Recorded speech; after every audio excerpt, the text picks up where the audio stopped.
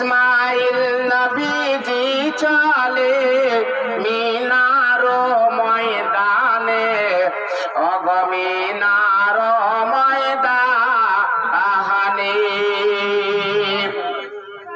কচি শিশু ইসমাইল অগ গোসল বানায়, মা হাজেরা কাপড় পরিয়ে দেয়, যাবে মিনার ময়দানে।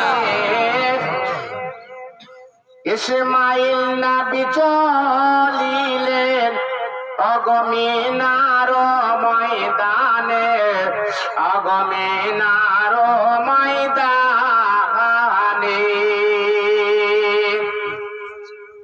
উটের পিঠে সওয়ার হলেন নবীজি ইব্রাহিম, উটের পিঠে সওয়ার হলেন আমার নবীজি ইব্রাহিম। কচি শিশু ইসমাইলকে নিলেন কোলে তুলে, আল্লাহ রাহে চলিলেন হযরত ইসমাইল, অগ হযরত ইসমাইল।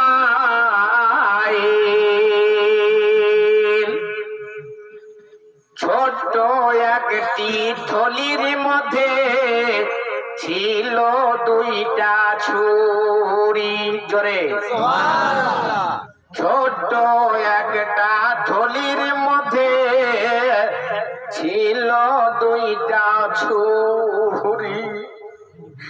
আদর করে সোহাগ করে নিলেন কোলে তোলে, আদর করে সোহাগ করে নিলেন কোলে তোলে। ইব্রাহিম নবী চলিলেন মিনার ময়দানে, অগ মিনার ময়দানে। আদর করে চুমা দেয় কপালে, মা হাজেরা আদর করে চুমা দেয় কপালে।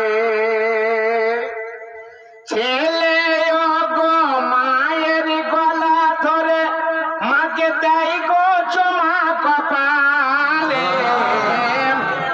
ইব্রাহিম নবী চলিলেন ওই মিনার ময়দানে, ওই দেখো মিনার ময়দানে। বাবা জীবনের করজোরে আবেদন করি কুরবানি, এমন ভাবে কুরবানি দাও সেটা যেন রিয়া না হয়ে যায়, খাওয়ার উদ্দেশ্যে কুরবানি নয়, আল্লাহ পাককে রাজি করার জন্য কুরবানি। যদি মিনার ময়দানে ইসমাইল আলাইহিস সালামকে আল্লাহ জবাই বলে কবুল করে নিত, প্রত্যেকটা বাড়ির ইসমাইলকে আল্লাহর পথে কুরবানি দিতে হতো। কিন্তু আল্লাহ বলেন আমি রহমান, আমি দয়ালু, আমি কারীম, আমি আল্লাহ আমার বান্দার তাওয়াক্কাকে কবুল করি। আমার বান্দাদেরকে আমি আল্লাহ এত ভালোবাসি, আমি আল্লাহ আমার বান্দাদেরকে এত প্রেম করি, আমি আল্লাহ আমার বান্দাদেরকে এত সুন্দরভাবে ভালোবাসি। বান্দারা রে, যে পথে আল্লাহকে পাওয়া যাবে, আল্লাহকে রাজি খুশি করার জন্য কুরবানি দিতে হবে। যেমনটা ইব্রাহিম নবী আল্লাহকে রাজি করার জন্য, আল্লাহকে পাওয়ার জন্য, আল্লাহর রাহে আল্লাহকে নিজের জানার জন্য আল্লাহর কাছে তাকওয়াটা দেখিয়েছেন।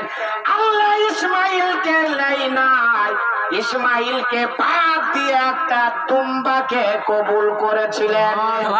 উঠিয়ে দেখেন করজোরে, কাল থেকে টাইমটা আপনাদের কাছে প্রচার ও প্রসার করা হচ্ছে। এটা আমাদের মুর্দার দোষ, এটা আমাদের চারিত্রিক। যতই টাইম যদি 8টাতেও দেওয়া যেত, নবাবজাদা 8টার সময় আসতাম, কিন্তু টাইম কভার করে আসতাম। কথা ঠিক কিনা?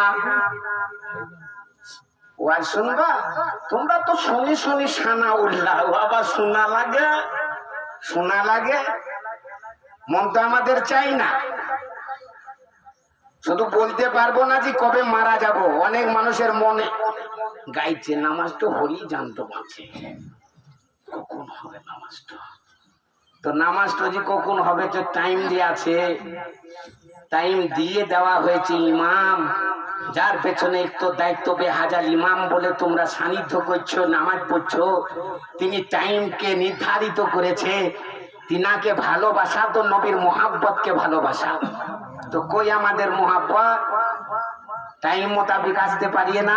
ঘড়িটা দেখেন কটা বাজছে। পরে বিশৃঙ্খলা করবেন না। আগে কি ঘটেছে, কি হয়েছে, গাঁয়ের লোকে টাইম সেট করেছে, ওসব চলবে না। মসজিদের নেতা হচ্ছে ইমাম, নির্ধারিত সময় দেওয়া হবে, সময় নামাজ পড়ানো হবে। কথাটা মনে থাকে, স্মরণ থাকে। যারা স্মরণও করি না, মনেও থাকে না। বুঝতে পেরেছেন? কেন আমার তাই পড়ে গেছে। আমি হুজুর মানুষ, আমাকে 6টা-15-র মধ্যে এখানে আসতে হয়েছে।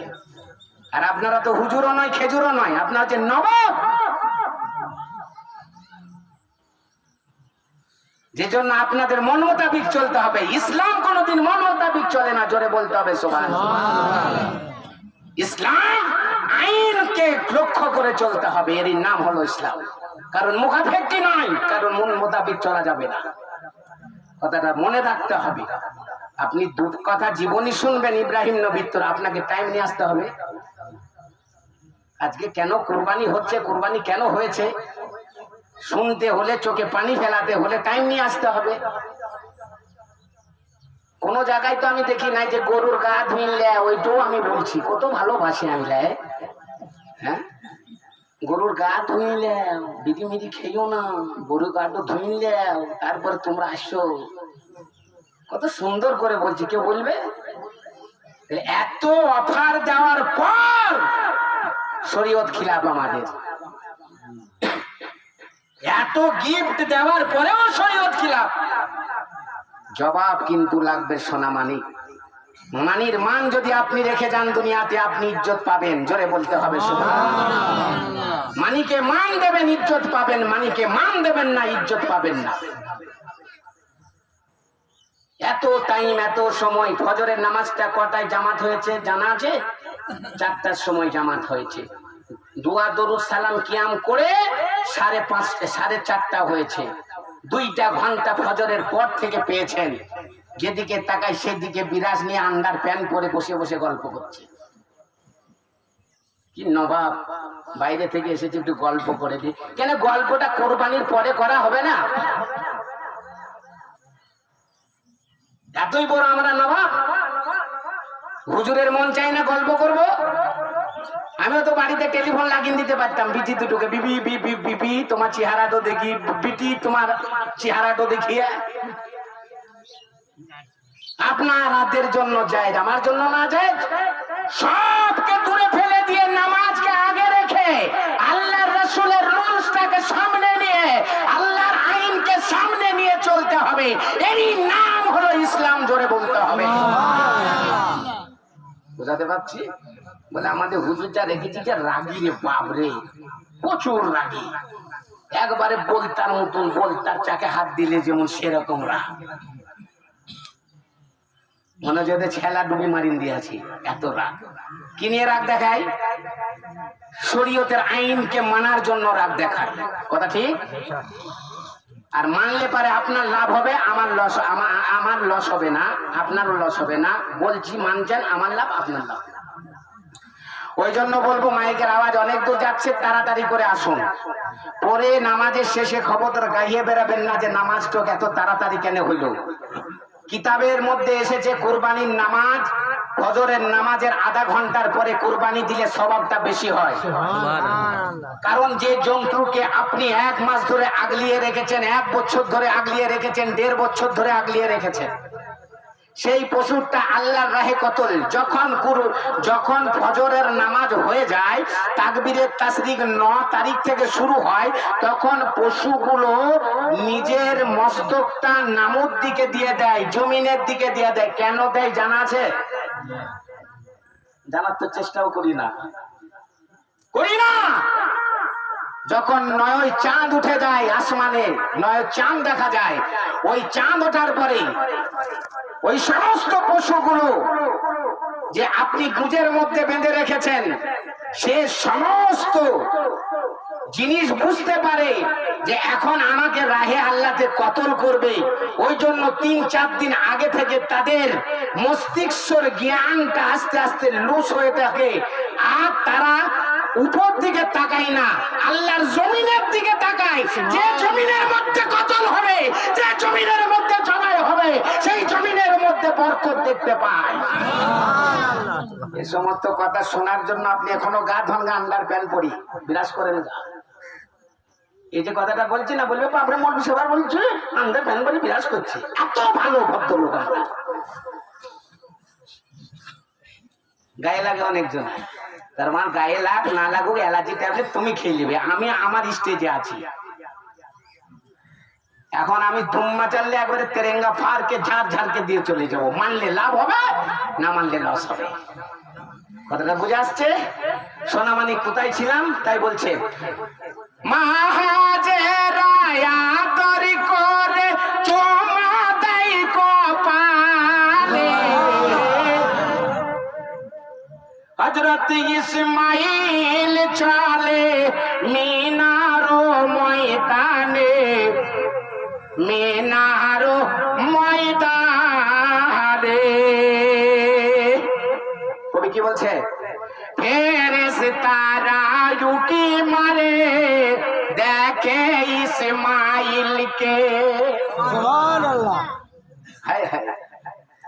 ফেরেশতারা উকি মারে দেখে ইসমাইলকে, শয়তান এসে ধোঁকা দিবে আমার প্রিয় ইসমাইলকে, ধোঁকা সে দিতে পারে নাই। ফেরেশতারা তাজিম করে। আল্লাহ বলে, ফেরেশতা দেখ রে, আজ আমার ইব্রাহিমের ইন্তাহাব। আমার ইব্রাহিম 1 দিন না 2 দিন না 3 বার 100টা করে 300টা উট আল্লাহর রাহে কতল করেছে। আমি আল্লাহ তবুও রাজি হই নাই। যখন আমি আল্লাহ বললাম, আই ইব্রাহিম, তোমার অন্তরের অন্তরস্থলের সব থেকে যেটা তোমার কাছে প্রিয়, অতি উত্তম ওই জিনিসটা আমার পথে কুরবানি করো। ইসরাতে ইব্রাহিম সকাল বেলায় চিন্তা করে, একদিন দিলাম 100 উট, আর একদিন দিলাম 100 উট, আর একদিন দিলাম 100 উট, 300 উট দিলাম। আল্লাহ রাজি হইল না, আল্লাহকে রাজি করাতে পারলাম না। আল্লাহ ইব্রাহিম মিনার মাঠে 300 কুরবানি কইলা, আমি আল্লাহ রাজি হইলাম না। তুমি আমার খলিল হতে পারলা না, তুমি আমার বন্ধু হতে পারলা না, তুমি আমার ফ্রেন্ড হতে পারলা না। আয় আল্লাহ, তাইলে কোন রাস্তা অবলম্বন করব? আল্লাহ বলছে, ওই আমার বন্ধু খলিল, শোন রে, ওই রাস্তা অবলম্বন কর যেটা তোর কাছে বেশি প্রিয়। আমার ইব্রাহিম বলেছিলেন, হাত তুলে আয় আল্লাহ, আমার জমি থেকে প্রিয় কে জানো তুমি ভালো জানো, আমার হাতি গোড়া থেকে আমার কাছে কে প্রিয় তুমি ভালো জানো, আমার খাজুরের বাগান ধন সম্পদ থেকে কে প্রিয় আল্লাহ তুমি ভালো জানো। আল্লাহকে বলছেন আয় আল্লাহ, তাইলে আমার ইসমাইলকে তুমি চাও।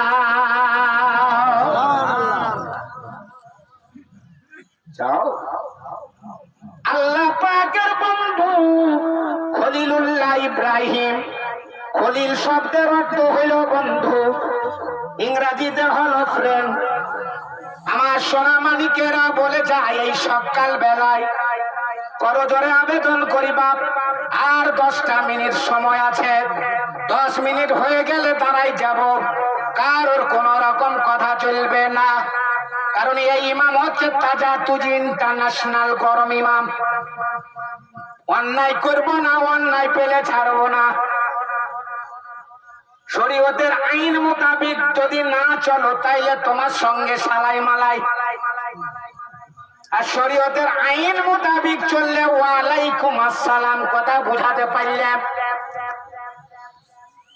তাতে রিজিকের মালিক আল্লাহ। দুনিয়াতে এমন কিছু মানুষ আছে বাপ, তার বিবেক আছে, জ্ঞান আছে, বুদ্ধি আছে, কোনটা ভালো কোনটা মন্দ বিচার করার মতো বিবেক আছে, শয়তানের ধোঁকায় পড়ে মানুষের কথা মেনে চলে, মানুষের কথা মেনে চলে, আলেমদের সঙ্গে শত্রুতা করে। ওই সমস্ত ব্যক্তিকে কাল কিয়ামতের দিনে দাউস ভাবে তুলবে, জাহান্নামের জালুটি করে উঠানো হবে। মানুষের কথা শুনে তাতে সে তার সন্তান হোক আর বাপই হোক, যদি হুজুরের ভুল নাই আর হুজুরের ভুলকে নিয়ে তুমি অন্তরে রেখে দিয়েছো,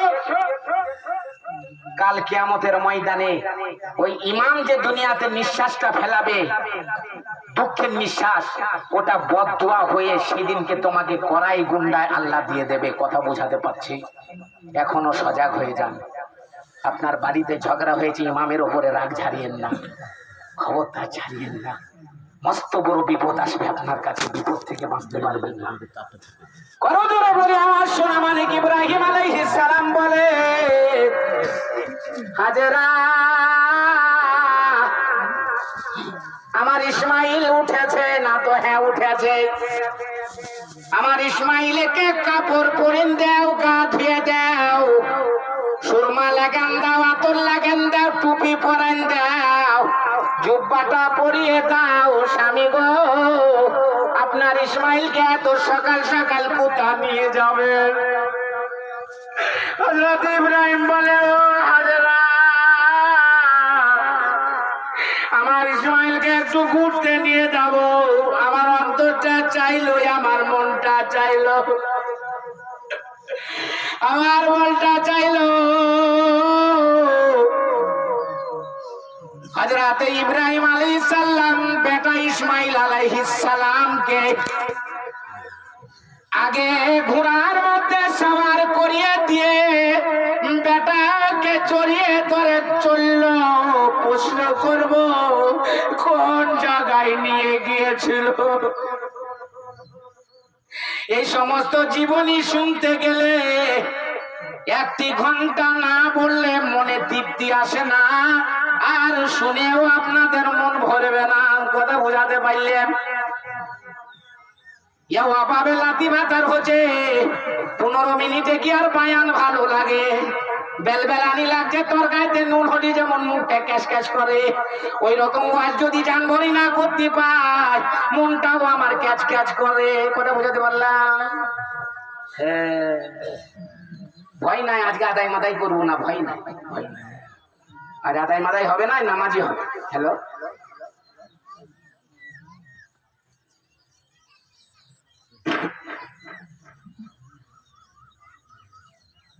ওকে, সুবহানাল্লাহ বিহামদিহি। আমার সোনা মানিকেরা, কলিজা টুকরারা, ছোট্ট নান্না মুন্না ইসমাইল বলছে, আব্বা আমাদের কোথা লইয়া যাবা? ইসমাইল, তুই আমাদের প্রশ্ন করলি বেটা, পায়ের বুড়ো আঙুল থেকে থেকে নিয়ে ইসমাইলকে চুমা দিলেন হুলকুম পর্যন্ত জোরে সুবহানাল্লাহ। ইব্রাহিম জানে আর আমার বেটা ইসমাইলের সঙ্গে সাক্ষাৎ হবে না। শেষ চুমাটা একবার খেলি। ছেলেও বুঝতে পেরেছে, মায়ের দিকে তাকিয়ে আছে, মায়ের গলা ছেড়ে না, মায়ের গলা ছেড়ে না। ইব্রাহিম নবী যত টান দিয়ে নিতে চায় মায়ের গলাকে চেপে ধরে। ইব্রাহিম নবী বলে, বেটা ইসমাইল চলো বেটা ঘুরে দিয়ে আসছি। এদিকে আল্লাহকে রাজি করতে হবে মাওলাকে পাওয়ার জন্য। আর আজকে আমরা মাওলাকে পাওয়ার জন্য ঈদগাহে হাজির হয়েছি। কতক্ষণ নামাজটা হবে, কখন বেলনা মারবো, নেংটি মারবো। আর আমার ইব্রাহিম নবী বলছে, আয় আল্লাহ তুমি যাতে রাজি আমিও তাতে রাজি। সুবহানাল্লাহ। আয় আল্লাহ তুমি যাতে রাজি আমিও তাতে রাজি। সোনা মানিক আমার 4 মিনিট সময় আছে, লম্বা চওড়া বক্তব্য। বক্তব্যের ভাগে একটা কথা বলে দিই, মাদ্রাসার জায়গা রেস্টি হবে। যারা অঙ্গীকার করেছেন 20,000, 50,000, 10,000, 5,000 তারা কুরবানির পরে রেডি হয়ে যাবেন। কুরবানির পর রেস্টি হবে, বিল্ডিং তৈরি হবে। এটা একটা খুশির উপহার, জোরে বলতে হবে সুবহানাল্লাহ। আল্লাহ যে ব্যক্তিরা আল্লাহর রাস্তাতে কোরবানি করেছে মাদ্রাসার জন্য, আল্লাহ তাদেরকে ঈমানের সজাগ রাখিও, জীবনের গুনাহ মাফ করে দিও, বাল বাচ্চাকে হায়াতে দারাজ করো। অফারটা শুনিয়ে দিলাম, যারা অঙ্গীকার করেছেন, ওয়াদা চুক্ত হয়েছেন, মালগোলা দিয়ে দেবেন ইনশাআল্লাহ। যারা ঈদ দিবেন বলেছেন পৌঁছিয়ে দেবেন, রদ দিবেন বলেছেন পৌঁছিয়ে দেবেন। আমি আগেই বলেছি আদায় করব না, কারণ এটা কুরবানির মাঠ, এখানে টাইমকে শেষ করা যাবে না। লাস্ট কথা, শেষ কথা, ও আমার সোনা মালিকেরা বলে যায়, এই সকালবেলা ইসমাইল আলাইহিস সালামকে নিয়ে গেলেন। আর 3 মিনিট টাইম আছে, 3 মিনিটের মধ্যে বলে দিব। কথা কথা, ইমান ইমান, জোরে বলতে হবে সুবহানাল্লাহ। কথা লজ্জার হবে না কাদরির কাছে, বিশেষ করে কাদরির কাছে। কারণ কাদরি হচ্ছে রয়্যাল বেঙ্গল টাইগার, যা বলি সামনে বলি, পেছনে বলি না। তাতে সে হোম মিনিস্টার হোক আর চিফ মিনিস্টার হোক, হোম মিনিস্টারও আমার মুসল্লি, চিফ মিনিস্টার আমার মুসল্লি। যখন ও আমার সামনে আসবে আমি তখন ও আর নেতা আর ও আমার চেলা। কথাটা বুঝতে হবে। আর 3 মিনিট ইসমাইল আলাইহিস সালামকে চুমু খেললেন, নিয়ে গেলেন। নিয়ে যাওয়ার পরে একটা মিনার ময়দান বলে আছে, যারা উমরা করতে গেছে দেখেছে, যারা হাজি আছে তারা দেখেছে। কালকে মিনার ময়দানে 3 জন বাংলাদেশের হাজি ইন্তেকাল করেছে। ইন্না লিল্লাহি ওয়া ইন্না ইলাইহি রাজিউন। ডাইরেক্ট লাশখানা দেখলাম, দোয়া পড়লাম। আর ইন্দোনেশিয়ার 3 জন, আর মালয়েশিয়ার 3 জন, 6 জন, 6 দিকে 3, 9 জন। ইন্দোনেশিয়া মালয়েশিয়ার ওই ইব্রাহিমী পাথরটা চুম্মা করে, মাকাম ইব্রাহিম পাথর চুম্মা করতে গিয়ে মানুষের চাপে, মানুষের পায়ের তলায় পিছে ইন্তেকাল করেছে। ওই জন্য ইরহাম বাঁধার সময় কাফনটা পরিয়ে দেয়। তারা জানে, আয় আল্লাহ নবীর রওজা থেকে যেন পারি না ফিরতে হয়। ওই ইহরাম অবস্থায় তাদেরকে দাফন করা হয়েছে। এরকম কপাল কার পাওয়া যায়?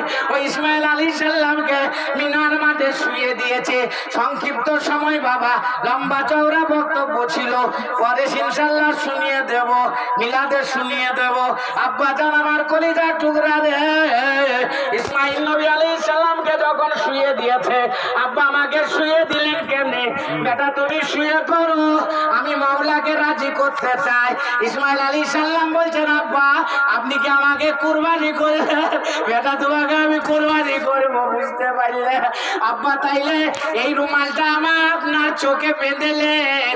আমার চোখ আপনার চোখ যদি এক হয়ে যায়, মায়া বসে যাবে, দয়া বসে যাবে, মহাব্বত বসে যাবে, মাওলাকে ভুলে যাবেন।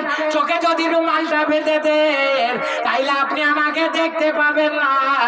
আর ছুরির নিশানাটা আমার হুলকুমের দিকে লাগাই দেন।